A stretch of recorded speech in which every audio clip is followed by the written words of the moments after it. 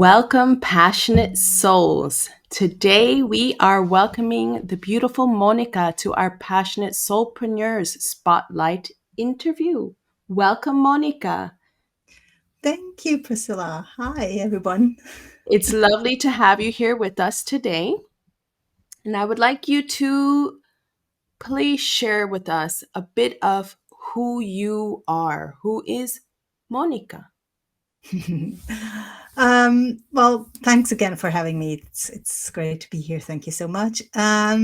So I'm Monica, as you've just heard, and I'm actually so many things. As we So all are.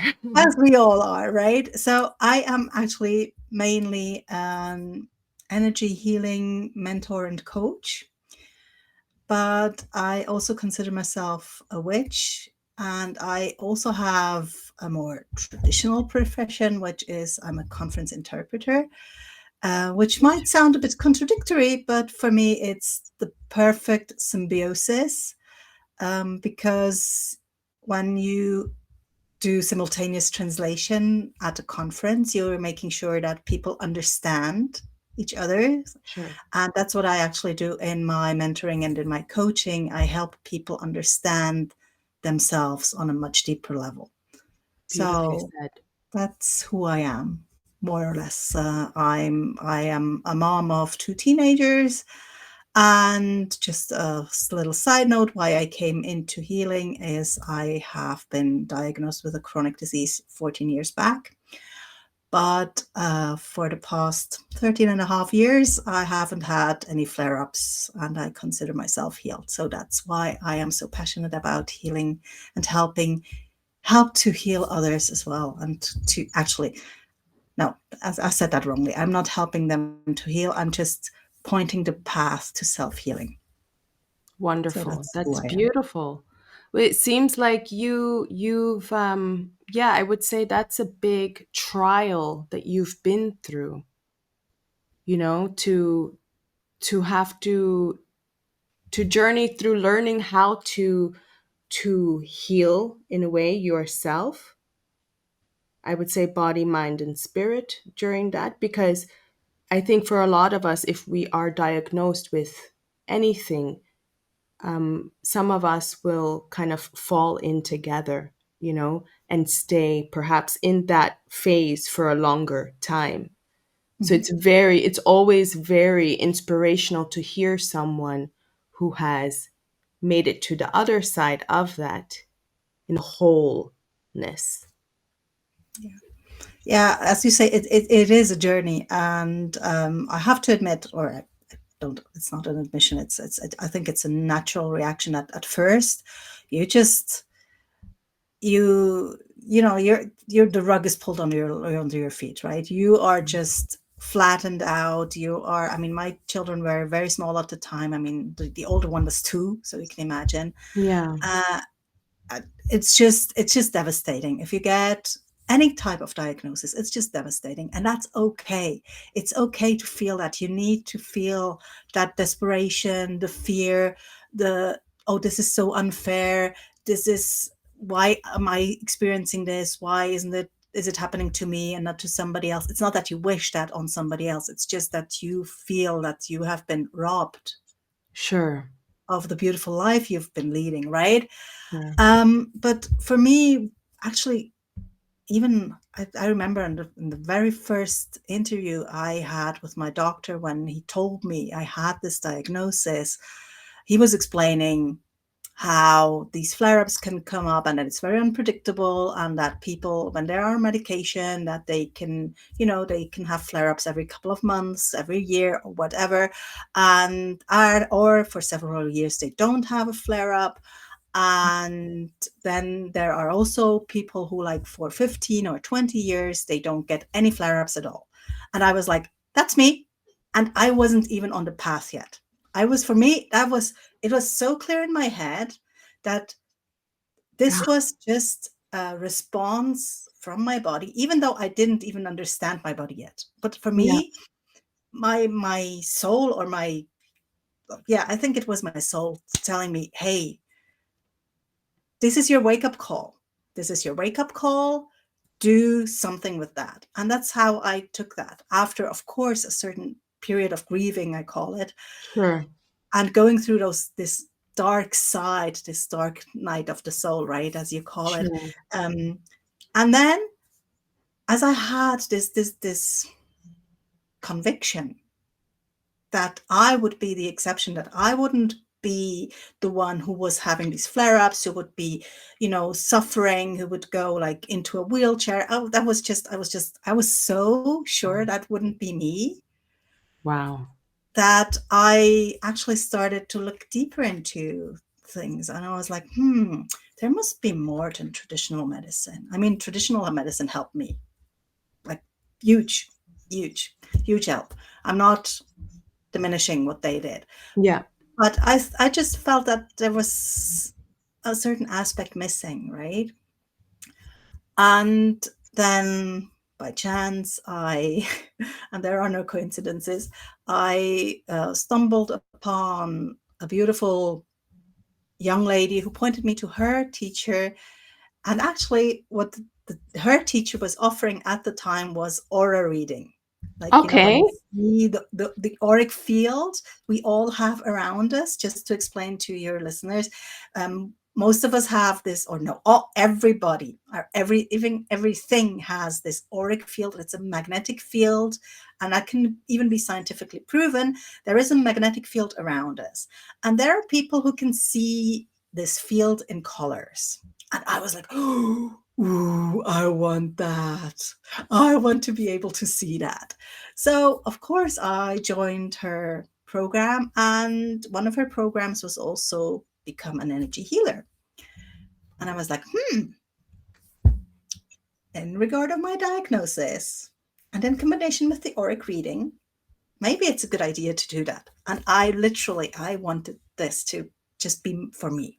Never thought of doing healing for others. It was just to self-heal.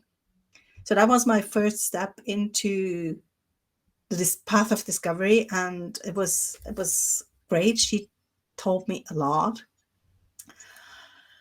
And actually, towards the end, I wasn't too happy with how things were going, because she was kind of manipulative, and she was kind of trying to force everybody to go into, like, you have to have client, and you have to bring your clients to me first, and you can take them back, but you have to. So I was like, Interesting. yeah, very interesting, right? And so it didn't feel right at the end. But I mean, what she taught me, amazing, amazing things. And still a lot of it, I still teach. I don't teach it the same way she does, but it's like kind of my foundation, and I built on that. So Sure. I added other, of course, courses and teachings. And yeah, my most recent ones were actually my life coaching. I did some life coaching classes as well. So that's where it was kind of my career in spirituality. And it's been a long path. It took me, I think, about 5 years until I was ready to even try to use energy healing on somebody else. Sure.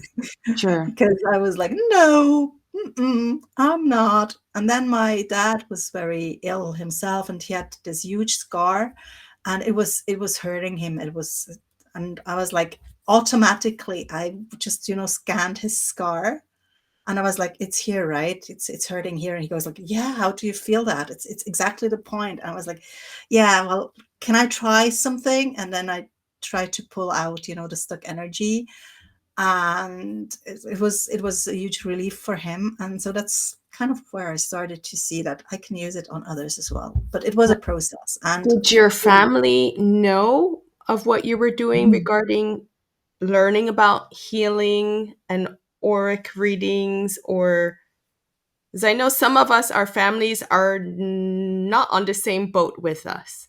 yeah, well, let me put it this way.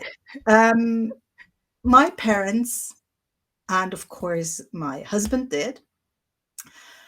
The rest of the family, no. Okay. Never would I say anything. I mean, my in-laws, and you have to understand, my husband comes from a very down to earth family where academic career is the most important.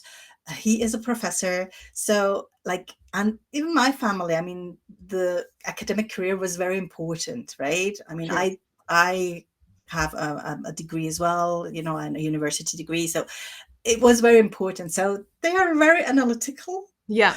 And, you know, you come with that stuff and they go like, mm-hmm, right? Yes. She's like, oh. So I didn't talk about that for a very, very, very long time. And even longer than those 5, 6 years. It was, I think I've started talking about me being a healer maybe 4 years back. Wow. So it also took a lot of courage because I live in a small village, Sure. and you know everybody knows each other. So once you start talking about, hey, I'm actually a healer and a witch, you can imagine the reaction you get from some neighbors. So Okay. I was very afraid of that. But I have to share with you as well, once I started talking about it, the reactions I got were so positive. That's I was beautiful like, to hear. I'm why so was I glad even for you. afraid? I'm so Right? glad for you. Yeah, and it's a lot of times that which we are thinking that the others are going to think about us. Hmm. And sometimes the reactions are a lot better than what we thought initially. Yeah, And absolutely. that does such good, I think, to feel that and to receive that, hey, Yeah, it's okay what you're doing. Oh, exactly. you're a witch? That's okay. You're a healer? That's okay. Nothing wrong with that. We still accept you. Yeah, Wow. yeah. And I'd like to encourage everybody really, once I've started talking about who I really am, I found so many beautiful friends, so many Yeah, beautiful people on the same path, or even not on the same path, but just, you know, you once you really find the spark in you and you live that spark, you will attract the right people towards you. true. And if you're like on the edge of like, should I come out with something that's really close to my heart, that I'm really passionate about, I really encourage you, do come out, because yes, it takes courage, but it will open new doors. And yes, you might lose some people on the journey, but I find that in our life, it's like we always find new people and we have to let go of others because the True. path isn't the same anymore. Even if you're not into spirituality, it's I think it's a normal life process. And yes, it might accelerate the losing part, but it will also accelerate you finding new beautiful souls, like I found Priscilla. Totally agree. Yes. And for us, for myself, I'm very, very happy. Actually, Monica and I are due to meet up in person because we are in the same country, which, for most of you who know, I'm originally American and I've been living in Switzerland now for the past 20 years. So, for me to have met Monica online, um, and she's here as well. So I know I'm looking forward to meeting you in person, Monica. And it's the journey to get to where we are now and what it is that we are sharing with others. It wasn't always easy. Maybe you know, maybe you understand as well what I mean by that, but it's so worth it. In the end, it's so worth it. Even the transition of, let's say, clearing and making space through other previous connections and friendships, but it makes space for new to come in. That's Yeah. Yeah. beautiful. Yeah. And it isn't easy. It's true. It's true. I mean, I've had some periods where I was really also very frustrated about the you know, once I decided that I wanted to offer my services to others because I feel that I can really help them understand where these symptoms and this disease are coming from. Um, I I was frustrated because it took much longer than I had expected, and I had actually experienced, because as I say, I am also a conference interpreter, and my conference interpreting business, like from the start, there was no problem whatsoever, and I just actually it just took off by on its own, but it didn't do that for my spiritual business. Yeah. And I felt often very frustrated, very alone as well. Because yes, I had clients coming in, here and there, and but it was kind of, they would trickle in, trickle out again, trickle in, trickle Mm. out again. And there was no consistency and no stability. So yes, it can be very frustrating, and you feel very alone as well. It's sometimes it's like, yes, you have other friends like on your path, on your page, but still, when you're building a business, this is a solopreneur experience, if you so Correct. want. Correct. So it's really it's all up to you. And you don't have, usually when we start, we don't have a team where we can discuss things. So you take your decisions, you make your decisions. Sometimes it feels a lot of responsibility, a lot of frustration if something doesn't work out the way you wanted it to work out. But in the end, it's all about, and I've come to realize that only quite recently, actually, it's all about the journey. It's really not It is. about what does success look like to me, but it's rather about, hey, it's actually fun trying new things, and it's fun meeting new people. And even if it doesn't work out, it's okay. It's okay. I'll try something else. And as I'm very curious anyway, and I'm kind of somebody who will try new things, and if it doesn't work out, it doesn't work out. It's okay. For me, that's okay. But it is frustrating in the sense when you were really like wanting it to work and it doesn't. It Right. can be very frustrating. I I'm think sorry. there are some ideas that we like being a soulpreneur takes you on that journey, as you were saying, which helps you as well grow. You're still growing and still expanding. And you have this idea, I want to be an entrepreneur in a sense.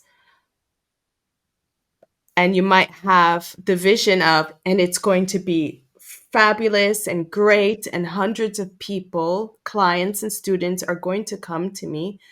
But maybe unawares to ourselves, we still have some things in ourselves to work through. And that was a part of my journey.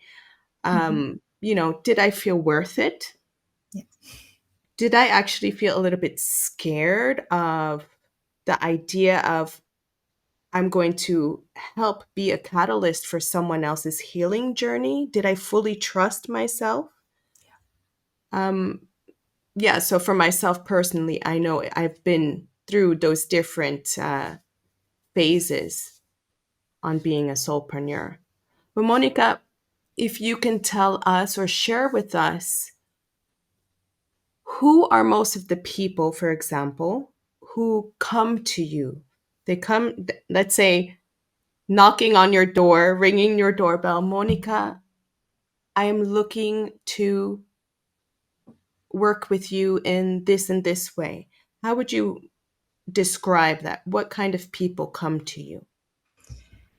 Well, I actually have more or less two types, let's call it, of people who come to me. Some of them come because of my MS, my chronic disease. They are also suffering from the disease, so they come with with that, and they usually want um, to understand what's happening, what's going on, and of course to get some relief with energy healing, and also, as I say, understand what some symptoms mean, like when they have troubles walking, or like bladder issues, just some examples. So what's actually the true reason behind that. Yeah. So I work with these people, and that's very rewarding.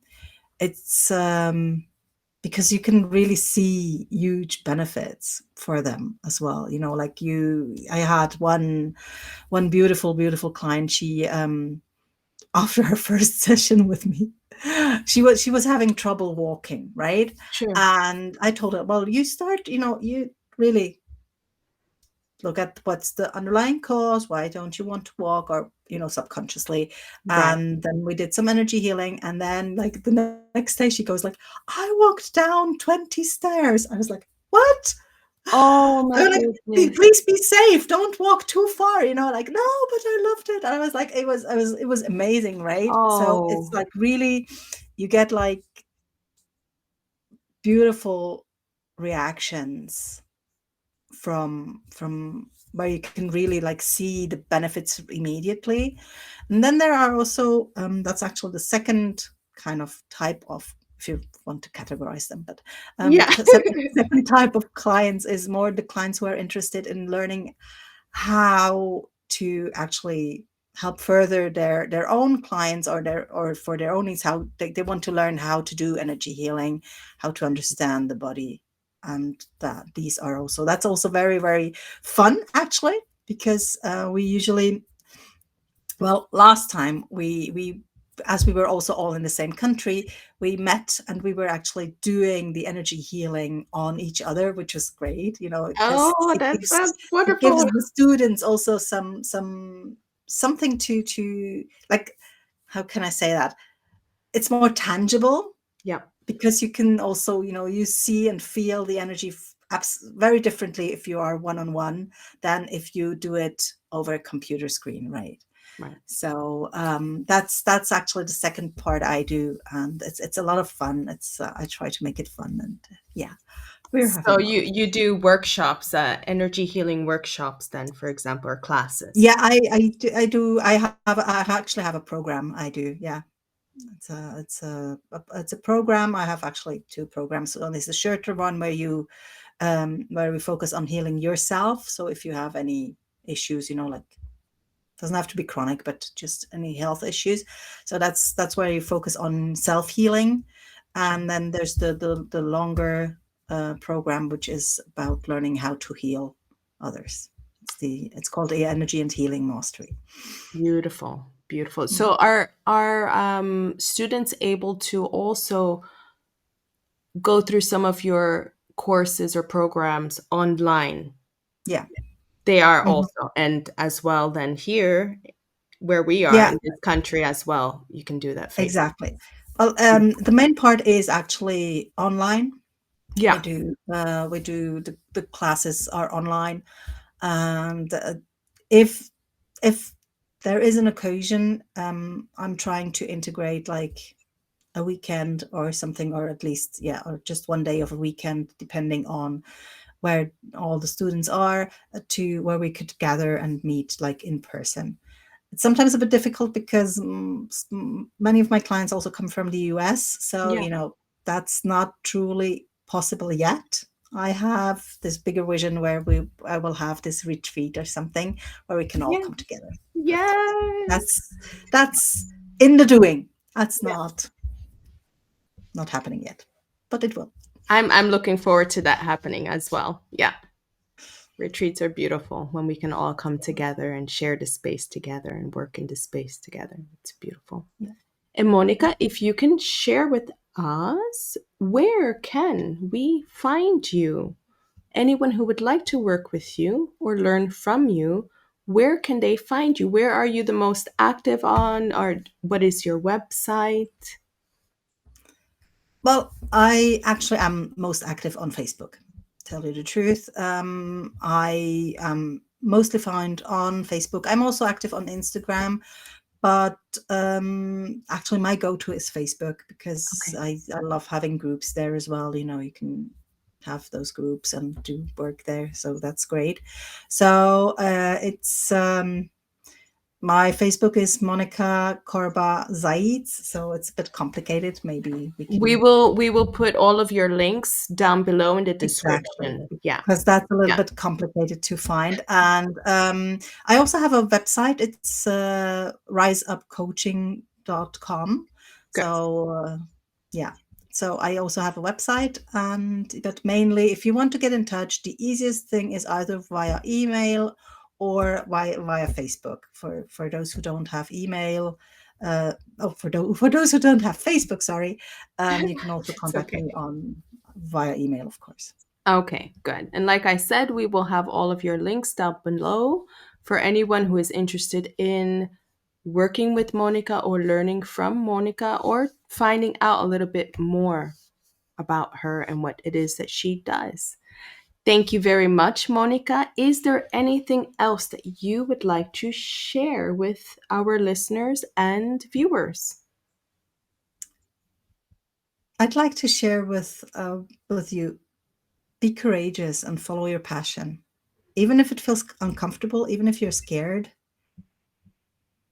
just if you truly feel it is what you're called to do it. I know it can be scary. I know it takes a lot of courage. You don't have to do it like, boom, I'm stopping everything I've been doing so far and I'm just starting this new business. No, you can do it on your own, in your own, at your own speed. You can do it at your own time and leisure, Right. but follow your calling, because we all need your light. You know, that's what I'd wanted to share. Thank you. That was beautiful. And I'm sure that will speak to many of our listeners and viewers. Monika, thank you very, very much for sharing a bit of your story with us and your presence with us today. Thank you Passionate for having me. souls. Sorry about that. Passionate souls, thank you very much for listening and watching today's Spotlight interview with Monika. We will see you all on the other side.